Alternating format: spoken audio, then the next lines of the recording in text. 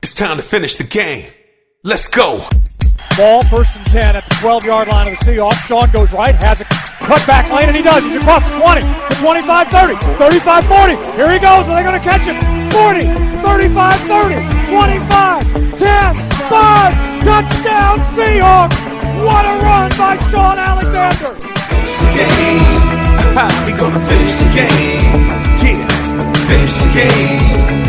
We gonna finish the game. Yeah. Hey, what's happening, everybody? This is Shaun Alexander. You hear the music. Finish the Game is on. I am in the Finish the Game studio, and my man Claude Jennings, he's in the booth across the street. Claude, how you doing, man? Shaun, I'm doing good, man. Yeah, I'm a little ways down the street from the Finish the Game studio, man, but I'm all set and in studio ready to finish this game, man. I love this show. And by the way, we get tons of great feedback on the show, by the way. You know, folks love hearing just some of the parallels between sports and life and the things that helped you become an MVP to help us all become MVPs in life, man. So great job with the show. A lot of folks are loving what they're hearing. Yeah, man, it has been really, really exciting just to be able to just share our hearts, you know, tell people what's going on with my life, with your life, having some guests. You know, I'm really thankful for this show, and I'm thankful for all the feedback that people are saying, that just little pricks in their spirit to make them want to go be MVPs of their community, and it's a beautiful thing. Unfortunately, today's show's got a little bit of a sadness to it. You know, my buddy Andrew Woodruff, who walked on stage with me for last year's NFL draft, he was battling cancer, and a 13-year-old kid, full of life and spunk, but he was battling cancer. He actually just passed this last Friday. Yeah. And it's really sad, you know. He was a person that, gosh, in my little time of knowing him, was not scared to throw his swag out there. You would not have known that this kid was dying on the inside from cancer. But man, he really enjoyed life, and he fought hard. And so to Andrew Woodruff and his family, all y'all, many blessings to y'all. May the Lord bring peace that only He can bring to you. You know, it's a sad time, but Andrew would tell everybody, like, let's cheer up and let's finish the game, and that's what he was. He was a finisher. Yeah, and it's we got a letter passed on to us by Christlanda Atkins, I believe, from St. Jude's, and here's what she wrote. She says, this past NFL draft, Shaun brought out a young man from St. Jude's Hospital named Andrew Woodruff at the second round of the NFL draft. Andrew was close to 14, dealt with cancer for a couple of years, lost a leg, hair, and regular life by then.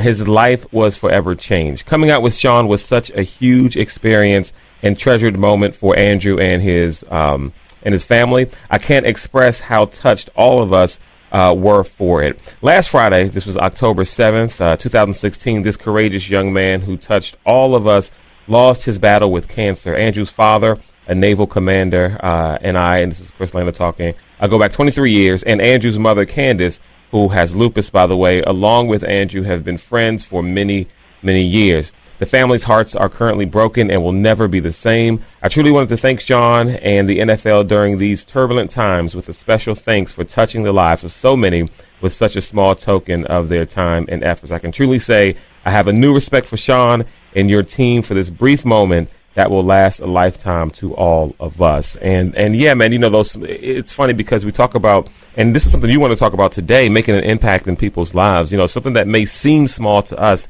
or to someone else is a huge deal for someone, and the love and respect that is gained by so many just for a small token of appreciation and looking out for someone who's having, you know, a tough time in life really goes a long way.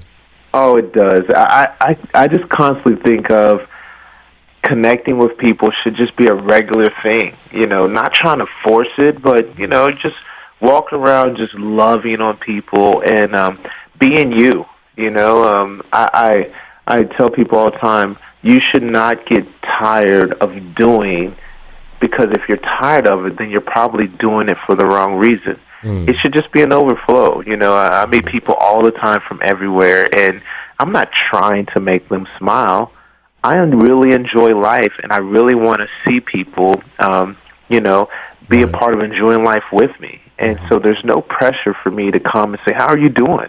man, keep on going. Give people high fives or hugs or in the moment. I think that that's just a great part of connecting with people. And, I was so thankful. I came from a hugging family. Everybody hugged all the time, and I loved it, and that fits me. But I just really remember times where just, my uncle would just take us fishing. And, the simple thing of just, oh, hey, I'm going fishing. I'm going to take the boys. Wow. And so my brother and I, we go fish, and sometimes we bring our friends. And I think of one of my boys that used to kick over the bucket and lose all the fish by the middle of the trip, so we had to work twice as hard to get fish in there. But those little moments of just connecting with people, whether you're the older, the younger, whether you're a mutual friend, it really can impact somebody's life forever. And so also with the fact of Andrew passing and having my little moment in time with him just to be able to connect, I just always challenge people, don't miss opportunities to just love on people or to share with people, or even to forgive someone. Just don't miss out on those opportunities. They literally could change your life or theirs. And sometimes it's just not about you. Andrew, as a young man, like him passing and me living out here in D.C. and I might have never talked to him face to face like we did for those hours at the draft. But that's okay. It wasn't about me trying to create a best friend for life. But what it was in that moment, can I just love him the way I'd want to be loved? Can I connect with him and his family and have a great time in front of millions of people in Chicago on a stage? He was such a big Seahawk fan, but I wanted to let him know that I was an Andrew fan and let him know that he's special and he's important, not because I'm trying, but I believe that for everybody, no matter what's going on, that everybody can have their moment in time to just be loved by their quote-unquote heroes, And the funny thing about that is, too, I mean, not everybody's walking around and is an NFL MVP and doing something at the draft, but that doesn't mean you can't make someone's day special. That doesn't mean you can't share love with someone, because everybody's going through something. It may not be cancer. It may not be what young Andrew had been going through, but someone's going through something, and just a smile, maybe picking up the tab on a cup of coffee, could mean the world to that person and could change their perspective, or at least like you said, give them a memory like it gave Andrew and like it gave his family, that, hey, there are good people out here, and those memories and those moments last forever. Yeah, it's a choice, man. It really is. To get down to it, it's just a choice. Are you going to choose to do something for somebody's life just because you just want to? And it's really good, man. I'm always challenging people to, let's make a choice. Let's forgive when that person doesn't deserve it. Let's choose to love even when you don't have to. Let's choose to go the extra step. We don't have to. And I think that when you do that, whether it's in sports or business or life, even in relationships, you'll be amazed with the good that comes out of it. Yeah, no, absolutely. And the funny thing is, I mean, when you talk about that, you also wanted to talk about, as far as connecting with people. We have people in our lives every day that we connect with, family, friends, coworkers, things like that. And sometimes, those relationships kind of rub the wrong way, and getting in the way of making an impact can be, some type of tension in the relationship. And that's what makes, forgiveness so important, is that, I know in Ephesians it talks about making room for one another's faults, that sometimes we have to just make room for each other, not to be perfect, forgive one another and move on. And sometimes that forgiveness can be a big impact on someone's life. Like, wow, I definitely did this person wrong, and they forgave me, and we moved on. And so forgiveness plays a big part in a lot of that too, right? Oh, definitely. At the end of the day, gosh, it's one of the most powerful things that you could do is forgive. And guess what? It don't take the other person for you to forgive. And so I just always look at life and say, you know what? I'm going to try to find ways to forgive. And people have done me wrong. And guess what? Unfortunately, I've done people wrong, hopefully by accident, not on purpose. But I know that my views on life has maybe rubbed somebody the wrong way. But guess what? Sometimes somebody else's life has viewed me or made me feel the wrong way. And at the end of the day, we do have the choice to, you know what? regardless, I'm going to forgive. Life is bigger and better than just harboring on this one moment. And so that's what I'm gonna do, and that's what I always challenge people to do. Like, let's get to the other side of this bridge and live life as if not that it didn't happen, but as if this is not going to mold me and my views of you forever. Yeah, no, absolutely. This is the Finish the Game podcast with Shaun Alexander. I'm Claude Jennings. He's Shaun Alexander. And really we're talking about relationships, man, and building with people. And there's a few other things that were on your heart today regarding this. And again, our thoughts and prayers are with the family of young Andrew, who came out with Shaun in the NFL draft. But there's some few things that came from this discussion, like why would God allow, sickness in the world? Why would he allow sin in the world? Coming off of a conversation that you had a few days ago with a few friends of yours. You want to talk about that a little bit? Oh, definitely. So we were sitting around the couch, and my wife and I and my beautiful bride, and so there were some friends of ours there, and they were just saying, hey, we don't get it. We got this one question that we're almost embarrassed to ask, but it really is confusing. I said, well, what's the question? I said, well, if God is so amazing and so loving and he knows all, he has all power. I mean, they lay down how great God is. They're like, well, okay, here's the problem we don't understand. Why would he allow sin? Why would he allow evil? Why would he allow death? And I said, oh, man, these are beautiful questions. Let me answer them for you. And they're like, you know the answer? And I was like, well, yeah, let me tell you. And I said, hey, if without the ability to choose, then it's not really love. This is what God wants more than anything else. He wants people to love him by choice. That's what free will is. Like, hey, you have the ability to love me or not to love me. You have the ability to follow me or not to follow me. You got the ability to choose me or not to choose me. And what happens is there has to be an option.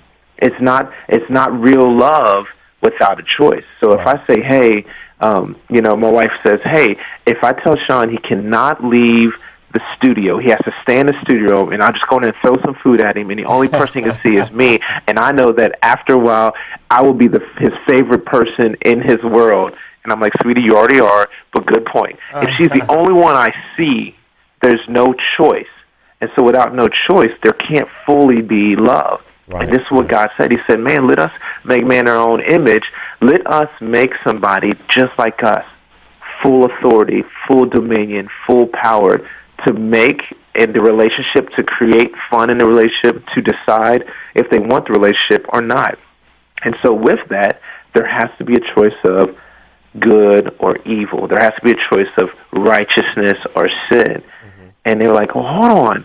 Why would God allow such a big risk? I mean, humans just like the sin. They like to choose whatever makes them feel happier. Mm-hmm. And I said, this is the point. Wow. Without having this great choice, this great risk. I mean, every relationship is like that. Every without taking the risk, man, am I going to play in this game? My shoulders hurt. Am I going to take the risk of playing, knowing I could hurt my shoulder even worse? Mm-hmm. Or I could be this great teammate to jump in the game and finish the game with these guys. Without taking that risk, you don't really know if you're really involved with the team, if you're fully all the way in. This is the same way God was. God said, I'm standing on top of the whole world. I created everything. But without me giving you the risk of not choosing me, you might not really love me. Wow. God says, I need to know that you really love me over every single thing. Mm-hmm. This is why he didn't create it, but he allows it to happen. You still got to choose. He allows you to choose sin or righteousness. He allows you to choose one girl, one wife, or multiple. He allows you to choose being intoxicated and belligerent, or totally focusing in on him because he wants that from you. Mm-hmm. He allows you the choice, and this is why he has to allow good versus evil. It all goes back to he wants somebody to love him freely with options, but still choose him.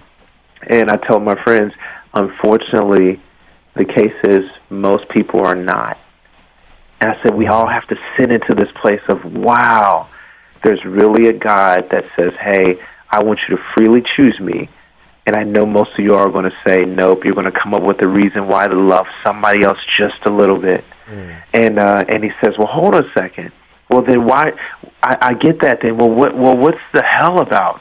And he said, I don't get, like, why would the people be going to hell? Like, why would if he already created everybody, he knew people were going to do it. Explain the hell part to me. And and my bride looks at, she goes, no, I get what you're saying, because I'm over here like, well, man, like, there has to be, there's a choice, Jesus in heaven or the world and your flesh in hell. And she's like, no. Let me break this down for you. And she said this very profound. I want everybody to listen to the words that I'm saying about this. She said, everything in society is built the same way God has built heaven and built earth. There is a judicial system. There is order. God creates it, and here's the rules. You go into a courtroom. There's America. We have our rules, and here comes the judgment for breaking the rules. You have any other country, they have the order. The king or the prime minister or whoever leads that country, him and his people, they set the rules, and when you break them, there's the judgment for that rules. Here's where hell walks in. You walk into his courtroom, and he says, did you break these rules? And if the answer is yes, you fit the judgment. You fit the punishment for breaking these rules. And this is where Jesus shows up, and he's so important. Because, Claude, if you and I walked into a room and we murdered a bunch of people, we went to the courtroom and they said, hey, did you all do that? And the answer is yes, then we fit the bill of judgment. We fit the bill of prison or execution, whatever that judgment fits. But then our wives stand up. He didn't shoot him, I did. And they say, oh, you're the one that did it? And they take them in the place for the punishment that the sin or the crime deserves. There's Jesus. He stands up and says, wait a minute, I'll take the punishment that they deserve. Yeah, no, that's powerful, because what it says is that hey, they did it, but punish me instead of them and wipe their slate clean. That's right. That's powerful. That's right. And at the end of the day, we grab a hold of two concepts very, very clear. One, we all have to make this choice of whether we want to follow the sin or follow righteousness. Follow the good that God calls good, or follow the bad or wicked that God calls wicked or bad. Man doesn't decide what things are bad or good. God does. Right. And so when you actually understand, oh, man, I remember, growing up, of course, with Big Mama, that's my mom, G-Mama, what's up? I remember when people would be like, oh, man, your mom's going to kill you. My mom never taught us there was that healthy fear that my mom would show up, but she would always trickle in, I'm not the one you should fear the most, because man does not create the rules. God creates the rules. And so we understand that there is going to be this choice that we have to constantly make. We have to go to, wait a minute, am I going to live for God or am I not? And it's okay if you choose not to. That's your choice. Right. God's okay with that, so Shaun Alexander's okay with that. I know Claude Jennings is okay with it. We're okay when you make your own choice. But don't be deceived that there is no choice to be made. Wow. There is a healthy division that comes when it comes to fully chasing after God and fully doing what you want. Wow. So that's one part. But then the second part is, no matter what you do in life, there is someone that will stand up and say, you know what, the punishment for that crime, I will stand up and I'll take. Why? Because I really do love this person. I freely made them so that they can make a choice, and whenever they decide to turn around and come and be with me, I'll jump in front of the guns for them. I'll jump in front of the punishment for them. And this is why the cross was so important. He jumps on the cross and dies the brutal death that every single person that breathes air through their lungs deserves. And it's powerful. Wow. But it's truly the definition of love.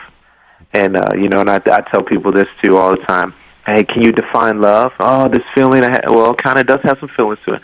Oh, man, it's the fact that I would do anything for me. Yep, it does have some of that devotion to you, but here's the definition. It carries these four things every single time. If it doesn't carry these four things, it's not love.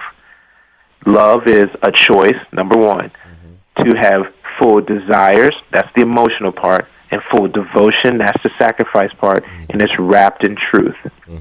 If you don't have choice, devotion, desire, and truth, it's not love.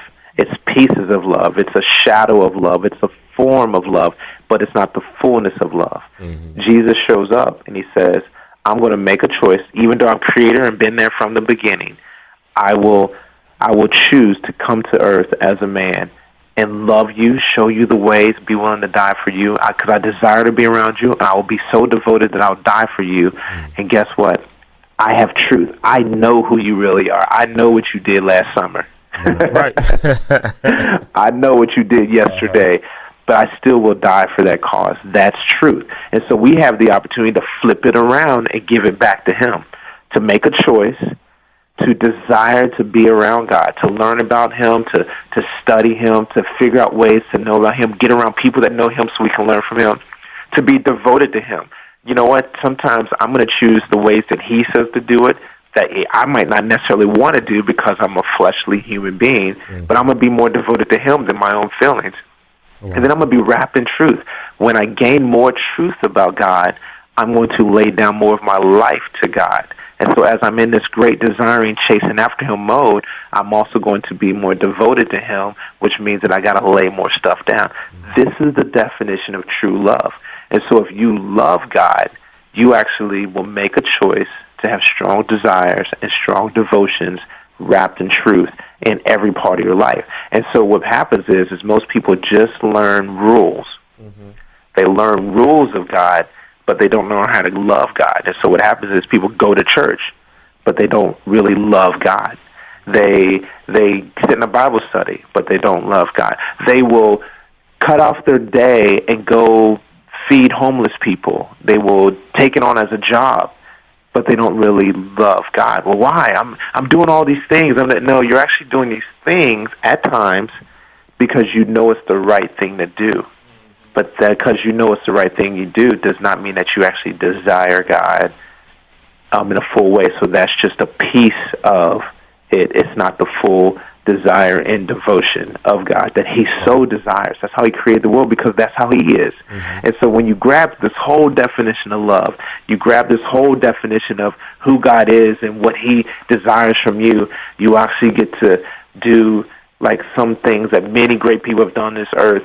You actually just get to love on people and not desire anything from it. Wow. You get to go impact people and not desire anything from it. You get to go share life with people and really not desire anything from it. I remember this young couple years ago, they were getting married, and my bride said, I've just realized that I can't expect anything from Shaun and have a healthy marriage, because he will eventually let me down. And I said, the greatest thing that my wife has when it comes to our marriage is she doesn't have to do anything. I have to let her have free choice to be a great wife, to be a great mother. I can lead her that way. I can set up the stage for her to do that way, but she has to choose. And guess what? I let her have that freedom to be that. And they were like, well, wait a minute. If you do that, she could be lazy, or she could be a bum, you know what I mean? Or he could be lazy, or he could be a bum. And I'm like, yeah, it's the same risk that we all have to take in every relationship. Will we go there freely and say, you know what, I trust you. You know what? Here's the true freedom. Here's the choice again. I can't love you unless I give you the choice, and you can't love me unless you have the choice. Right. And he's like, this is crazy. I was like, yeah, it is. That's what love really is. It's this crazy thing where there's ultimate freedom, and that's where free will comes in, for you to do it because you just want to. And that's the power of love. That's the power of excellence. It's the power of a healthy relationship where your standard for life is really based on who you are, and then you love people and let them have that same standard and that same freedom that they have, that you hope that they return. And when you do, it becomes powerful. Wow, this is the Finish the Game podcast with Shaun Alexander. I'm Claude Jennings, man, dynamic, just teaching and talking about relationships, things that matter, forgiveness, being there for somebody, making an impact, and love. And Shaun, this is all good. And, unless you have something to add to that, man, let's talk about this weekend. You got some good stuff coming up in Seattle, right? Yeah, oh man, I'm so excited. I'm actually heading to Seattle Friday. I'm partnered up with American Express, and we're heading out to do the pregame stuff with the Seahawks, and it's a lot of fun. They've rented out this harbor, and we turn it into Hawk Island, and pretty much on Hawk Island, lots of food, some great music, all before the game. It's really one of the ultimate tailgate parties, and it's going to be a lot of fun. And it's even special to me because one, I had such a fun time last year doing this, so this is the second year that American Express is doing it. But then also, they're playing against the Falcons, and so just the other day, my son was looking through some of my touchdown balls, and he saw this one up on the shelf, and he grabs it and was like, "Dad, can I go play with this ball?" And then, Joseph's 7. He's like, "Dad, can I go play with this ball?" And, he's really getting into wanting to kick and run and juke, and when can I play ball? And I'm like, well, hold on, a couple more years, get you a little bit bigger, And so he says, well, hey, is this ball important? And I look on it, and it says December 30th, 2007. And then it says touchdown number 1 of the game, and I only had one touchdown that game. But up under it, at the very bottom, it says 100th career rushing touchdown. Pretty important. Yes, son, don't kick that one around. Don't kick that one around. Well, the thing is, there's a lot of footballs around the house, around Alexander House. So he's got to ask which ones can I play with, which ones can I not. Oh man, so it was it's really special. So I love the Atlanta Falcons because, of course, I scored my 100th rushing touchdown, or as I say, my Barry Sanders +1. Barry Sanders at 99. So it was really cool, but it just brought such great memories of my career in Seattle, and to find that ball is really special. I might put some stuff on Instagram, giving a shout out to Andrew and his family, and also that moment with the 100th touchdown and all that, but it's special, and I'm going to have such a great time coming back to Seattle and stirring up the 12s and going to hang out with Big Walt, It's Walter Jones, in case some of y'all don't remember, but a Hall of Fame left tackle, and it's going to be a good time, and I got a couple of great meetings up here with some great men that are coming together. We're trying to create some great hero movies. We're calling it a company, Hero Films, and we're going to just basically help shift the movie world and the television world to explain who are the heroes that people should want to go see and go follow, and we're going to go tell their stories. And so I got some great meetings, and Seattle's going to be so much fun. I know I'm going to eat so good, and it's going to be a lot of fun, man. So one of these days you got to come with me, man. Oh yeah, sure. No, we'll hook that up, man. I'd love to go out to Seattle with you, man. That'd be fun. Yeah, so it'd be great. So hey, well, that's the show. Hit the music. I want to tell everybody, this show went up and down and through some great emotions, from the death of Andrew to the death of Christ to going and being with some great friends. I just remind all you all, never lose the focus of sharing a great moment with somebody. Challenge them and inspire them to be an MVP to their community and finish the game.